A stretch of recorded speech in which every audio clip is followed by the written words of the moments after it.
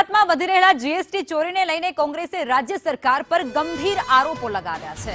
કોંગ્રેસનો દાવા અનુસાર છેલ્લા 3 વર્ષમાં રાજ્યમાં કુલ 18,491 કરોડ રૂપિયાની જીએસટી ચોરી આચરવામાં આવી છે, જેમાં વર્ષ 2025 અને 26ના આંકડા રજૂ કરતા જણાવ્યું છે કે માત્ર એક જ વર્ષમાં 12,511 કેસ નોંધાયા છે અને ચોરીનો આંકડો એ 12,632 કરોડથી પણ ઉપર પહોંચી જવા પામ્યો છે, જેને લઈ અને તેમના દ્વારા આ ખાસ રજૂઆત કરવામાં આવી છે। અનેક પ્રશ્નો ઉઠાવવામાં આવ્યા છે।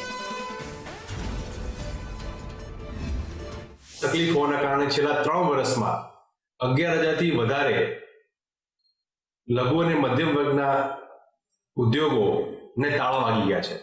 એટલે આ સ્પષ્ટ દેખાડે છે કે સરકારની ઉદ્યોગ નીતિમાં, સરકારની ઇઝ ઓફ ડુઈંગ કહેવાતી નીતિમાં મોટા પ્રમાણમાં ત્રુટિ છે, સંપૂર્ણપણે નિષ્ફળ નીવડી એવું સ્પષ્ટ દેખાય છે।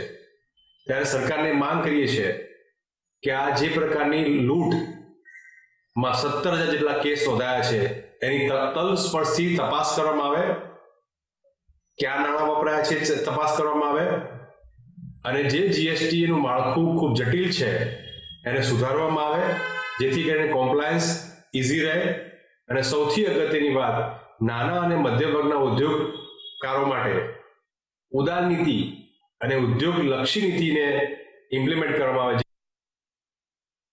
વંદે માતરમના અપમાનને લઈ અને કેન્દ્રીય મંત્રી સી.આર. પાટીલે કોંગ્રેસ પર નિશાન સાધ્યું છે।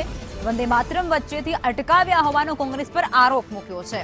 કોંગ્રેસના વરિષ્ઠ નેતાઓ દ્વારા રાષ્ટ્રગીતને અધવચ્ચેથી રોકવાનો પ્રયાસ કરવામાં આવ્યો હોવાનો કેન્દ્રીય મંત્રી સી.આર. પાટીલે સીધો આરોપ લગાવ્યો છે।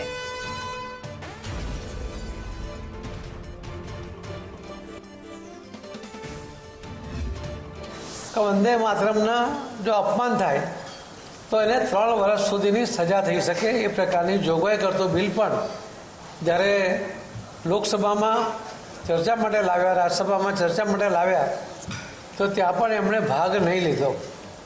આજે બિલ પસાર થયા પછી આપણે જોયું હશે કે 15મી ઓગસ્ટના દિવસે કોંગ્રેસ કાર્યાલય દિલ્હીની અંદર જ્યારે વંદે માતરમનું ગાન ચાલતું હતું અને પૂરેપૂરું ગાન એ જે ગીત છે આખું વગાડવાનું હતું, એના બદલે વચ્ચેથી રોકવાનો પ્રયત્ન થયો અને આખા દેશે જોયો છે કે જે વ્યક્તિને આ દેશની અંદર આટલા બધા મહત્ત્વના સ્થાન ઉપર